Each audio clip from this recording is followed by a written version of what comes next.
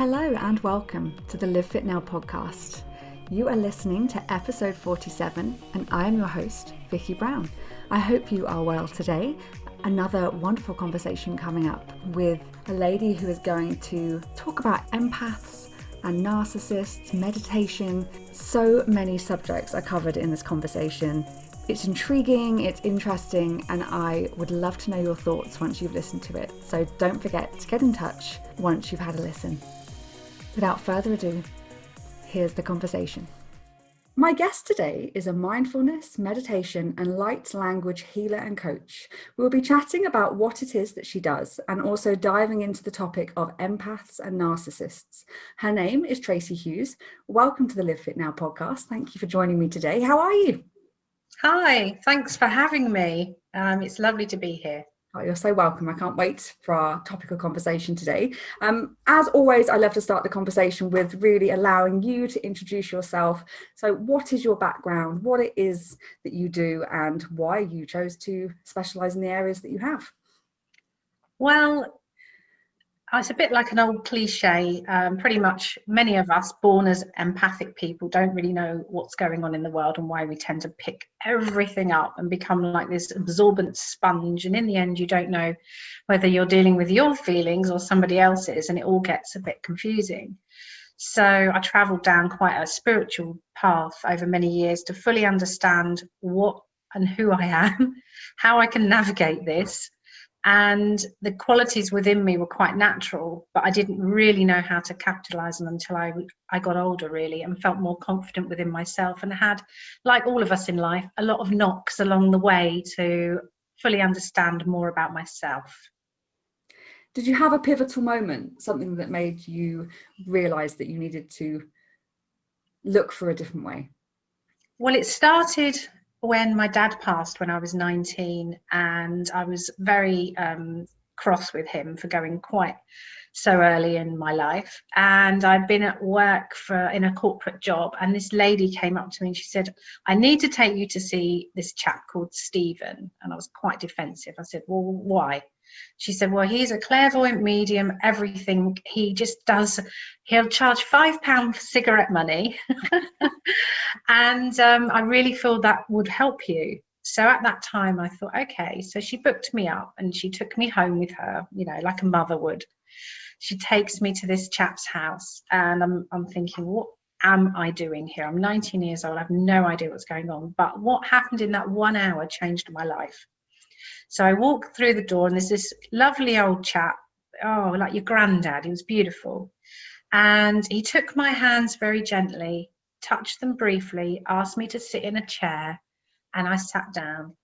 He spent most of the time looking at the floor and talking to me, and his opening line was this: "Your dad is really sorry he didn't get to finish your windows before he died."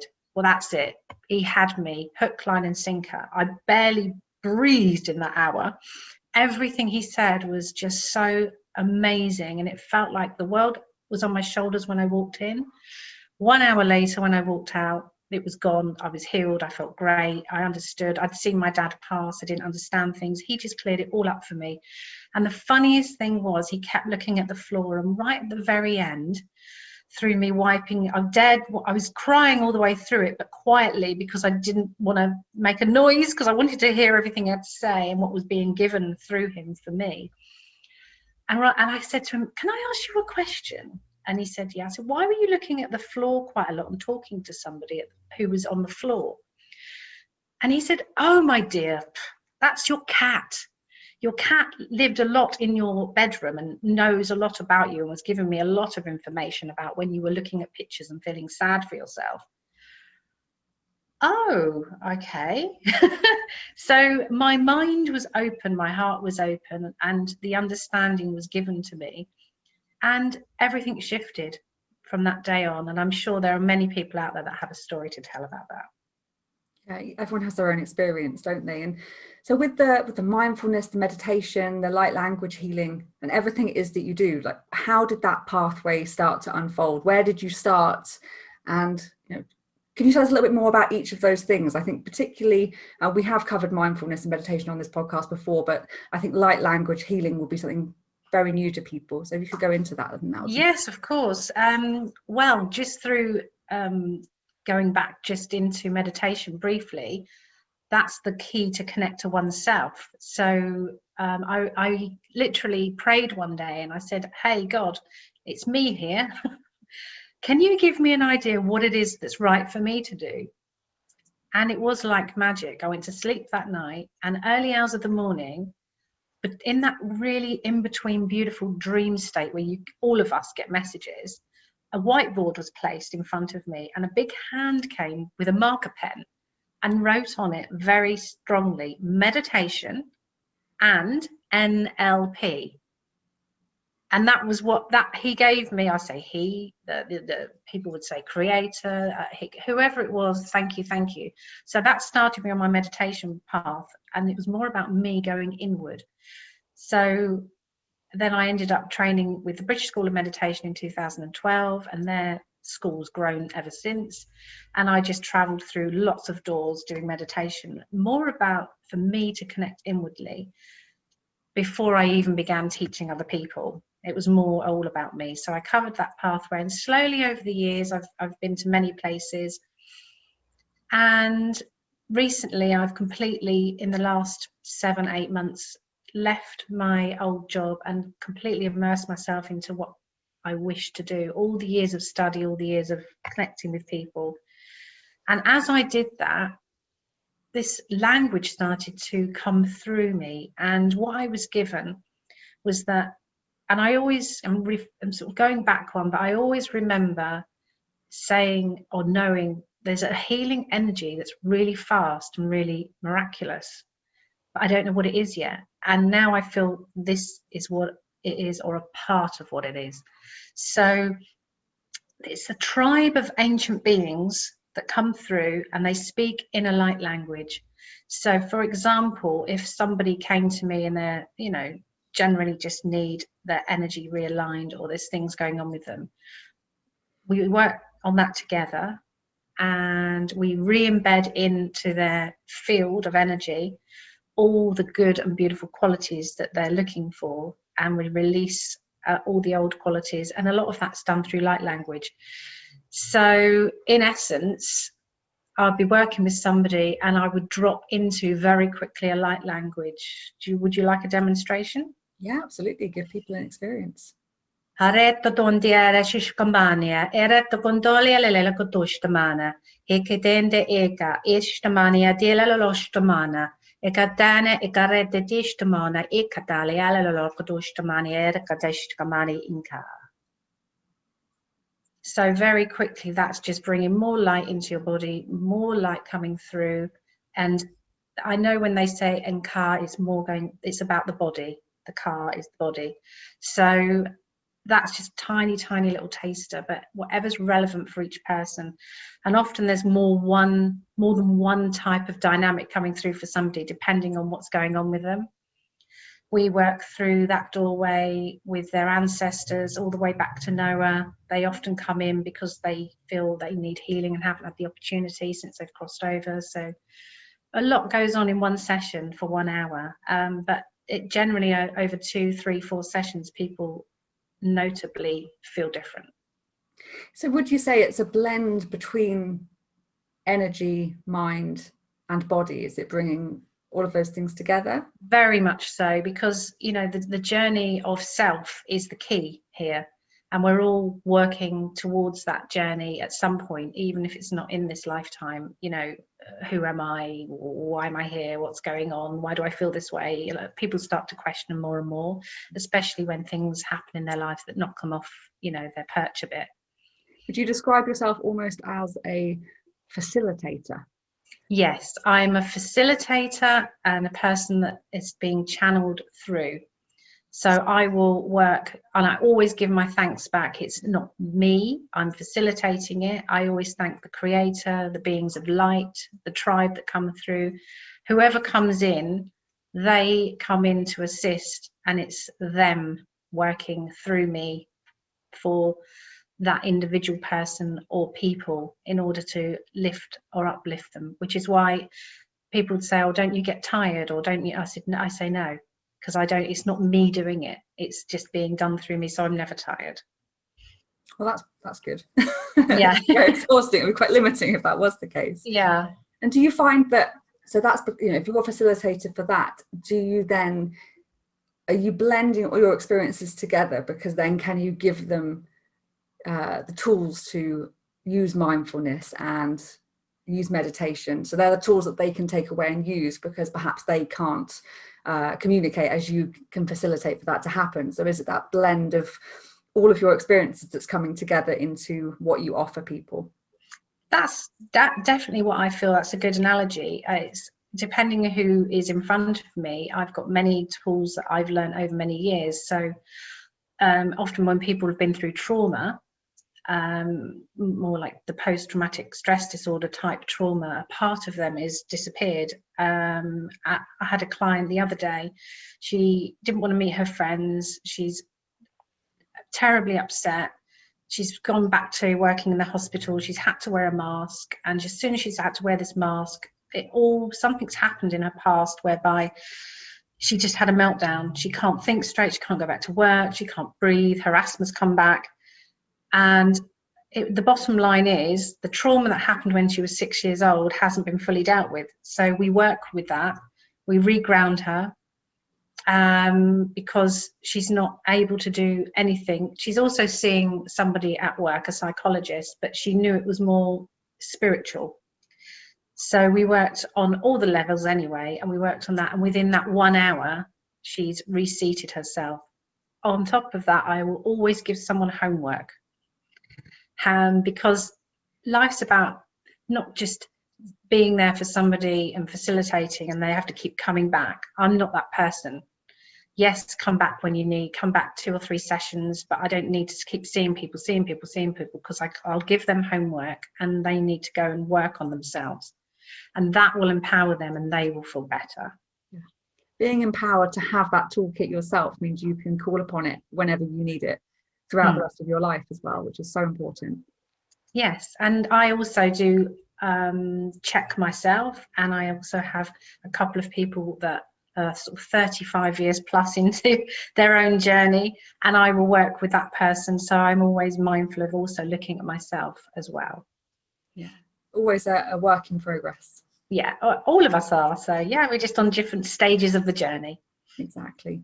So one of the, I guess, main purposes of this conversation is we really wanted to tackle the subject that is empaths and narcissists. So I think this would be a good opportunity to start opening up that conversation. And I think there are words that perhaps we all recognize, but I think a nice place to start would be, what are they? What is an empath and what is a narcissist, in your opinion?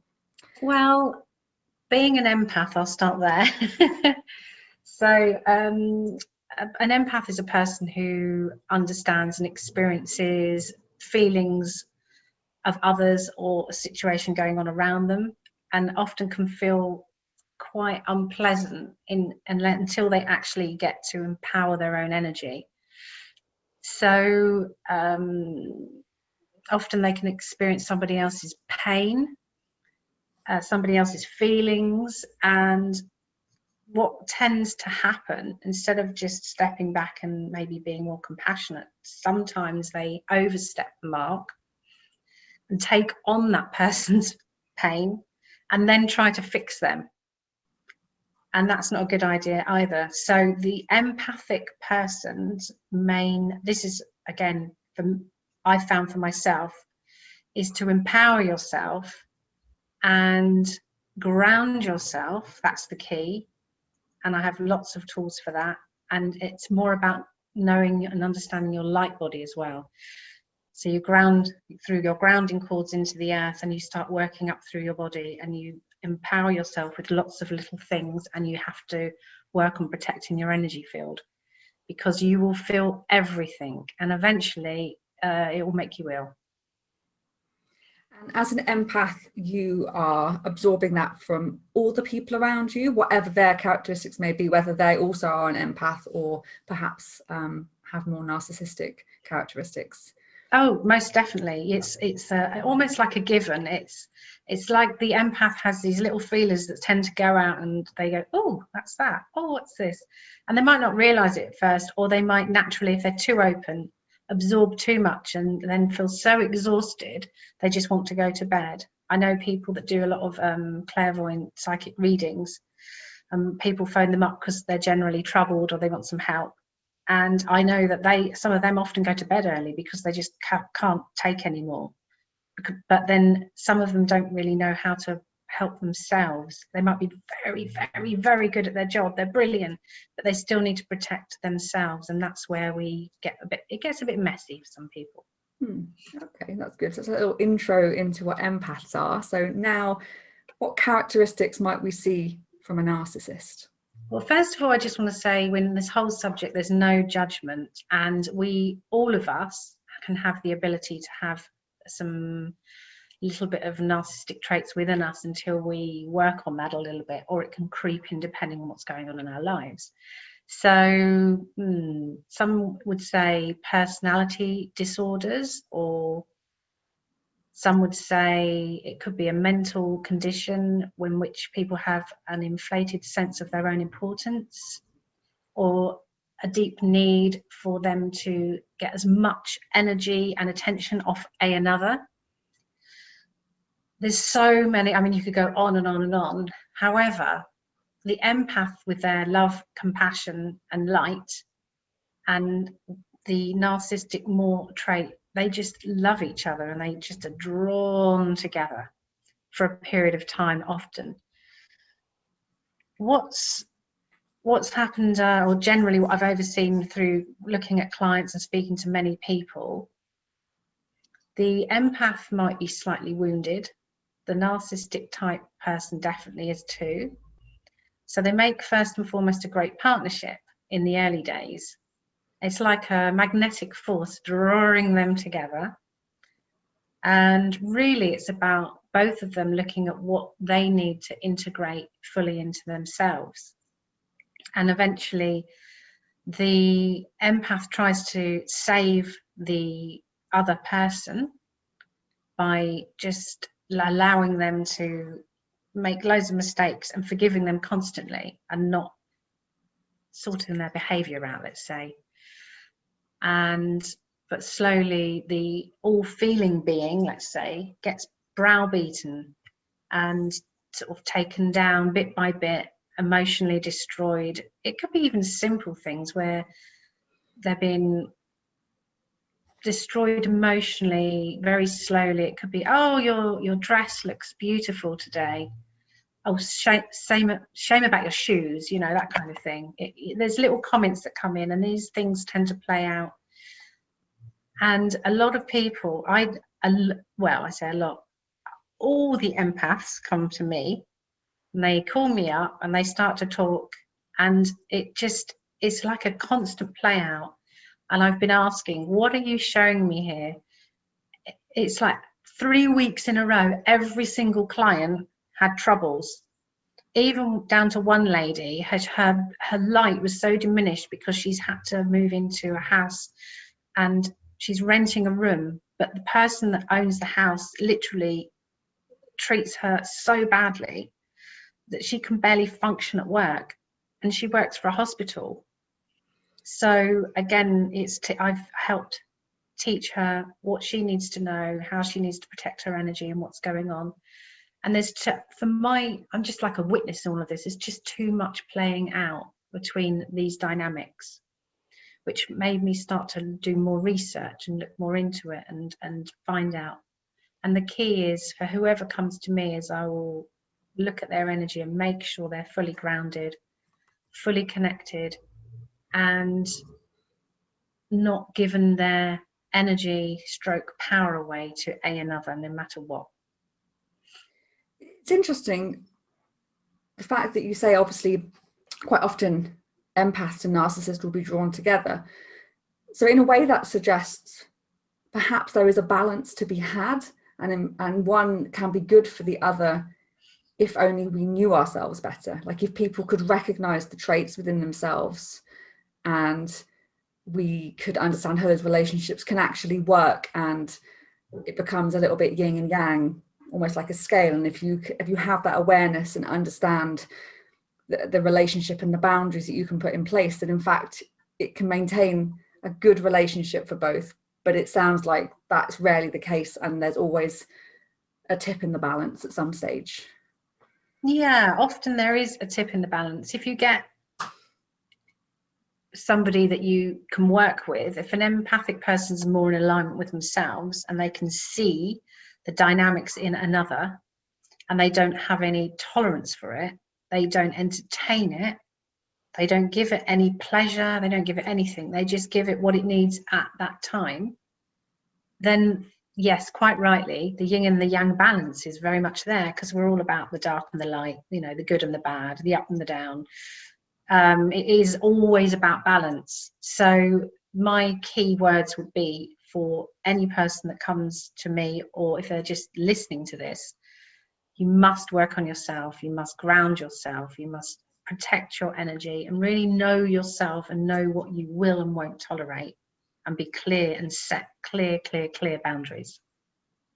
And perhaps going into boundaries a little bit more, like what sort of examples could you give us to allow us to imagine perhaps how it could slot into each of our lives, you know, where, and obviously it's independent for everyone's as individual, but sure, what kind of things do you mean when you say boundaries?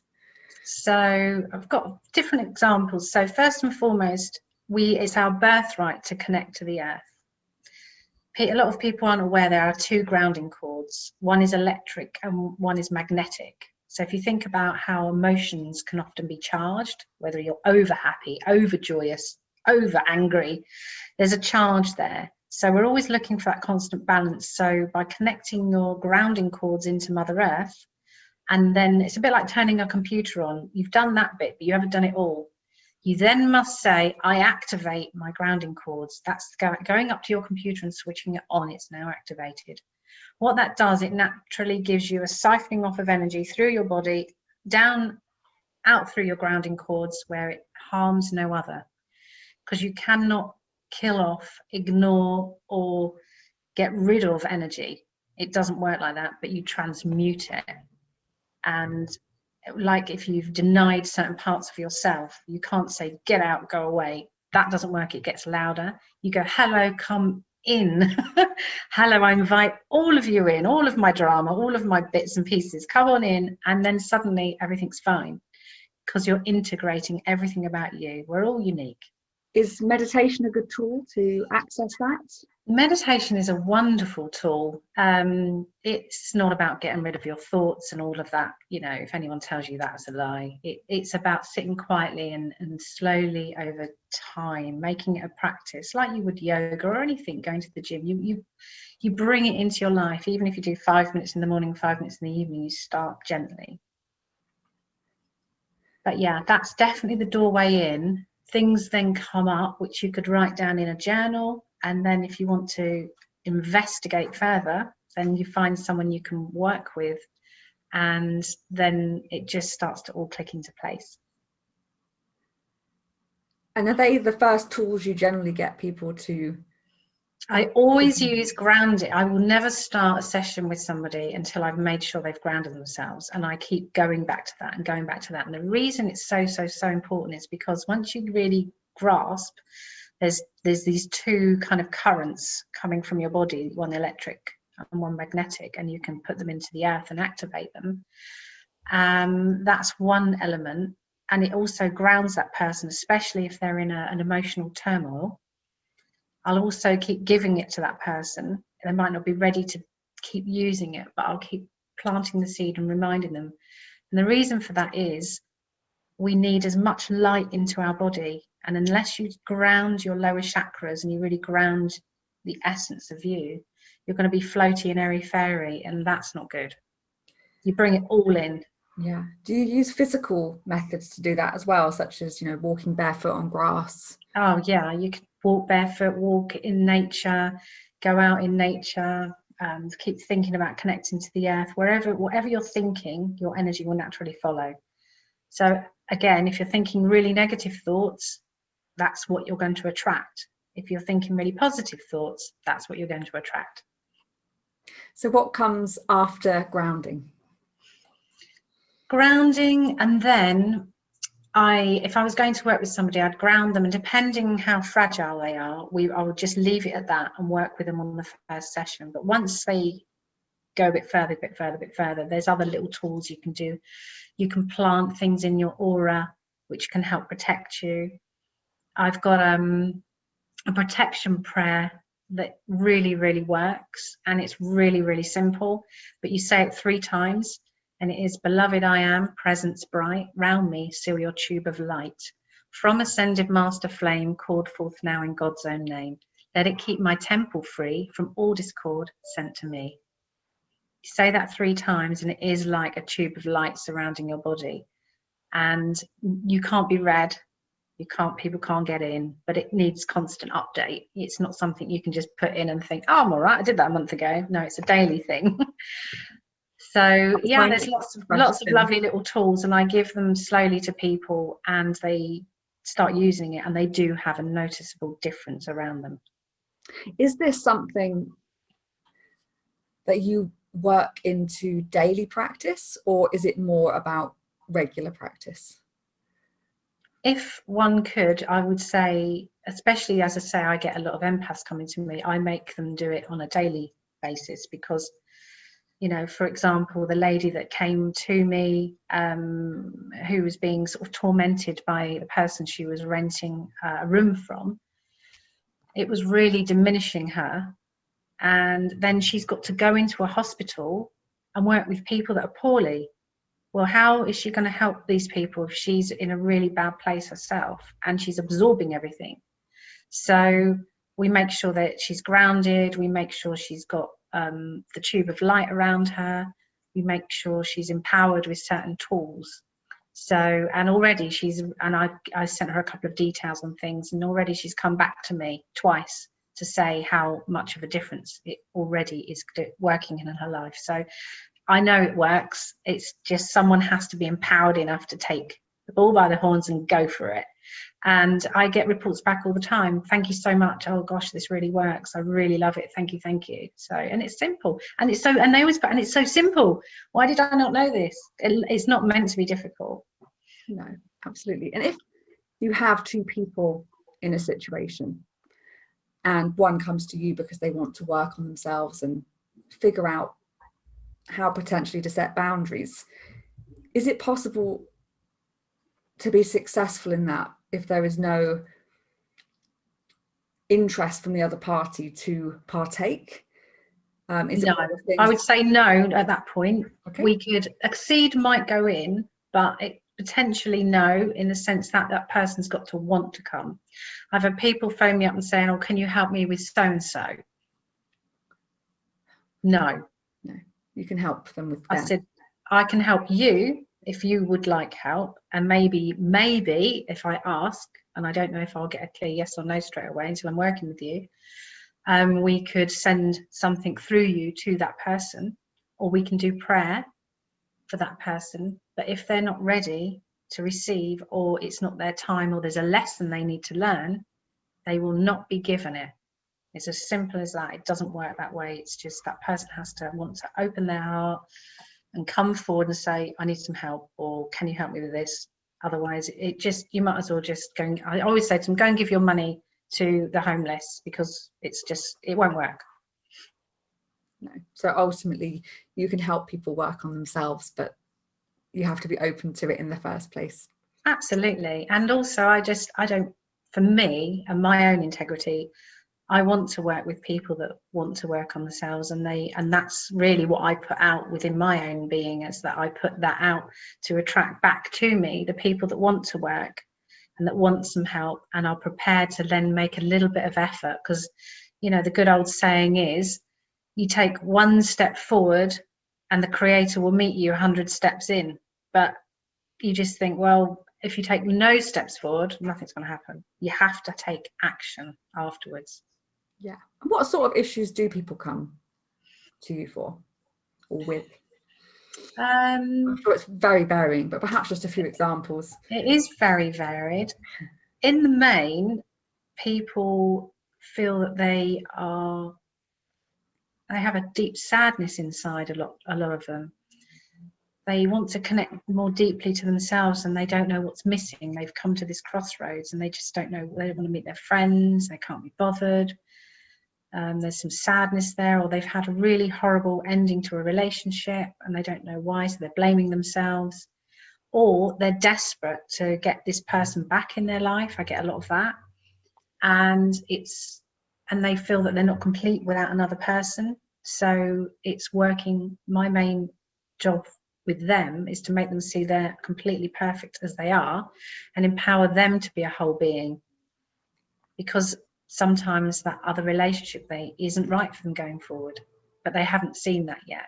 So there's numerous things that people come forward for. But as I say, the last 3 weeks really has been, which is why I'm talking to you now, it's the empath walks through the door and they're being tormented by an energy that they don't know what to do. So they're being really nice to it.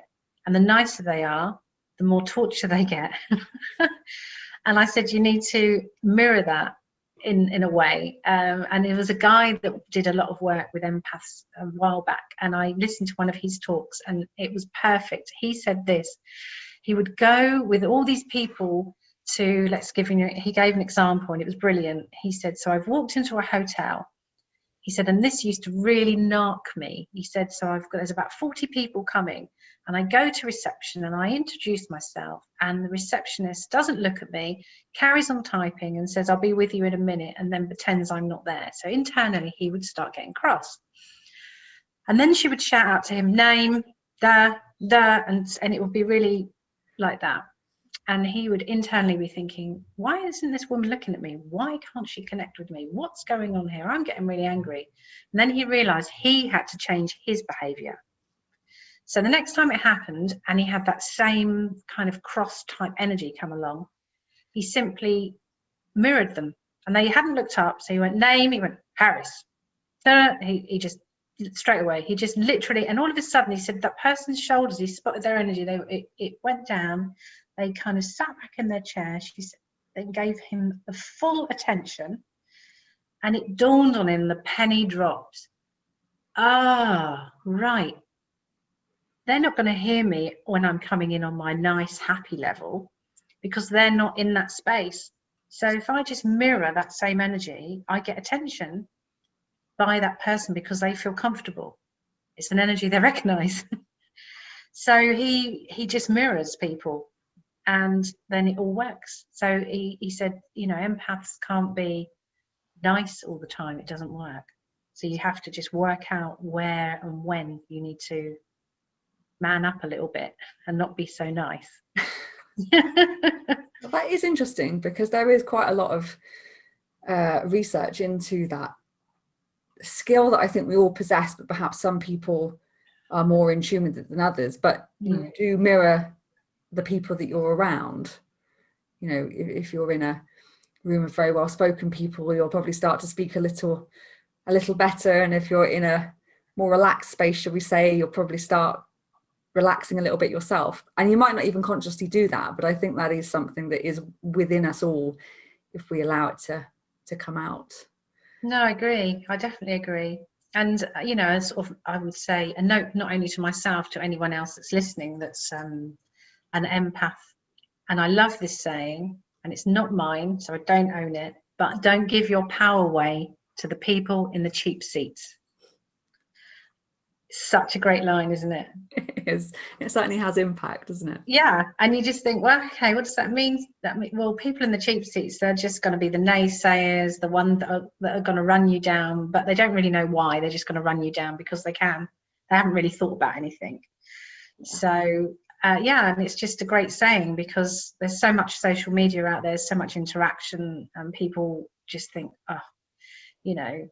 who does that person think they are? Blah, blah, blah, blah, blah. And then of course you get everyone jumping on the bandwagon. Yeah. And a question that popped up a moment or two ago, I was thinking, for the empath, can once they've had a particularly strong experience with a narcissist, do they absorb and hold on to that energy? So they may have nothing to do with that narcissist anymore, but they have taken that on board and it stays with them long term? Or is it generally when you're around it that it has most impact? Two schools of thought there. First and foremost, what happens is the more softer, gentle energy, the empath side, will possibly blame themselves, and they might it might have gone in quite deep, and they might absorb that for a while. And it does. People can get quite ill, and it's not a 5-minute fix. They might feel strange after that's all ended, 6, 7, 8 months later, and they can't quite figure out what's going on. Sometimes they might have tormenting dreams. That person's energy is still coming in. It's still somehow attached to their energy on some level. So my words of wisdom to be, and I've been down this road myself, so I also know through experience, it takes quite a while to clean that up. And you need someone that's a good healer, someone that can disconnect the cords and re-energize you, and then you will start to feel better. Yeah, no, that's really useful. And I'm guessing you often are working with people that perhaps are sort of getting to that point of desperation where they really want and need help. But taking a step back, one of the reasons I started this podcast in the first place is I want that foundation to be within people, so that actually they never get to that stage, ideally, or get to the stage where they're feeling desperate because they've already got the toolkit to be able to prevent it from happening. So what sort of things do you recommend that people do to work on themselves, to look inward, to hopefully empower themselves to never get to that stage almost? Definitely 100% meditation. If they do nothing else, they do some quiet meditation and walk in nature, because the bombardment of our lives now, I'm not a young person, so I remember I've been around and not had a mobile phone. Just had a landline, and even then my dad used to shout at me, get off the phone, because you weren't allowed to use it for long. You know how it is, us girls tend to talk drivel for hours on end. So I can remember it so clearly now. He used to put a timer on the phone so I could My sister had that exact experience. So it was he had a 6 minute timer, and I can hear it ticking now still to this day. And then did you just dial back up afterwards and go again? My friend would ring back and then she'd get shouted at, so we had a small window. Oh dear. But that aside, for people, is to get off the iPad, get off all the stuff, and stop watching films where people are chopping each other up all day long, because that can just get in. And there's so much subliminal messaging in advertising. Oh my goodness, some of it, I'd love to know who even thinks up half these adverts. They're so rubbish, but it is like a constant bombardment of just a download of stuff coming at us all day long. So is that perhaps where you can practice the mindfulness, being mindful of the adverts that you're constantly seeping in? I've brought it up before about news. I don't think news is a particularly news is just now, it's not even informative, isn't it? It's so depressing. It's like, how about saying something nice today? No, they don't do that anymore. They don't inform you about such and such scored a great goal. Well, they might just tap that in at the end, or isn't that great, or look what this person's doing in the world. Oh no, that doesn't happen in the news anymore. So all of that is not actually helping. And of course, the last year that everyone's been through COVID, when they were putting so much out on the news daily, hourly, almost every minute, the people that were tuning into that all the time became very depressed. Just say, get back out in nature, go for walks. I remember I grew up, in a world where my mum and dad went for a walk after dinner. They might only go around the block, for goodness sake, but they went for a walk. People just don't seem to be doing as much of that until this last year. So I do feel, if only we could shift and change a bit more, utilize modern technology for the greater good, but not against each other, and have a more balanced life. Yeah, you just took the word out of my mouth. It's balance, isn't it? There are habits that we've created in the modern world that are quite fantastic, and they open so many doors to stuff that we would never have had access to before. Yeah. But on the flip side, there are some almost prehistoric things that we as humans did that we need to just try and keep hold of as we move through into the future, I think. No, definitely. I often think if our ancestors are looking at us now, they'd say, "Oh, that's quite good. Oh, that's technology's pretty good." But is that all you do now? You're like a robot. Yeah, it's interesting, isn't it? And this is a question I like to ask everyone, and you can take it from any aspect of your business and job that you would like. But are there any common myths linked to that whole industry that you would like to debunk? Do you think there are ideas that people might have about the things that you do that perhaps they just some people would call it woo-woo. It's like, oh, that spooky woo-woo stuff you do. That always makes me laugh. Or they think I'm selling Bibles. Well, I'm not. Or because I'm a spiritual path, they just have this one little idea that pops into their head, and their plans are to stick with that. No. We're all energy, we're all connected, we're all part of each other. And if through the creator I can do my little bit of facilitating, my little bit of work to help people feel better and sprinkle gold dust over their head, then that's what I'm here to do. And a lot of people want to, or feel like they want to be in service. I have been corrected on that. I'm not here to be of service, I'm here to facilitate and assist. And that's simply it. But yeah, none of it's woo-woo. It is beautiful and people can literally be changed overnight at the right time by the energy that comes in. And it is for everyone. It's about timing, really, as well. And you have to be open. Yeah, you have to be open to it. Exactly. I think with all of these things that, as you say, perhaps the phrase woo-woo is linked to. Well, why not give it a go?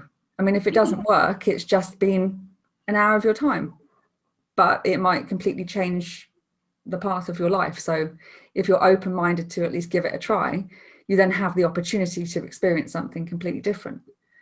No, for sure. Definitely. Yeah. So I have another question that I do like to ask everybody, and that is, what inspires you? Oh, what inspires me? More than anything, I would say walking in nature inspires me. I feel inwardly a joy when I'm walking in nature, or there's something really beautiful around me. Or it could be anything. Someone could present me with a beautiful picture and I'm inspired. I feel inspiration from so many areas really within my life now. And I suppose since I've become more connected to myself, my inspiration is almost the joy of getting out of bed. What's the day going to bring? So my inspiration comes from many sources really, and it can change on a daily basis, but my main one is to keep sitting more in nature. I'm always looking for the big trees to sit by, with the big old oak tree that you think, oh, I know that one's been on earth longer than me, so I'm going to hang out with you and see if you've got any wisdom to show me. So lots of things. But the more you allow yourself to be inspired, the more you are. Yeah, I love that. And as I start to draw things to a close, I like to allow people to have the floor and to share the one thing that you think everyone would benefit from knowing. Really to get to know yourself. For me, the main reason we're all here on earth is to fully understand and know yourself on every level. And that can come to some people as quite scary.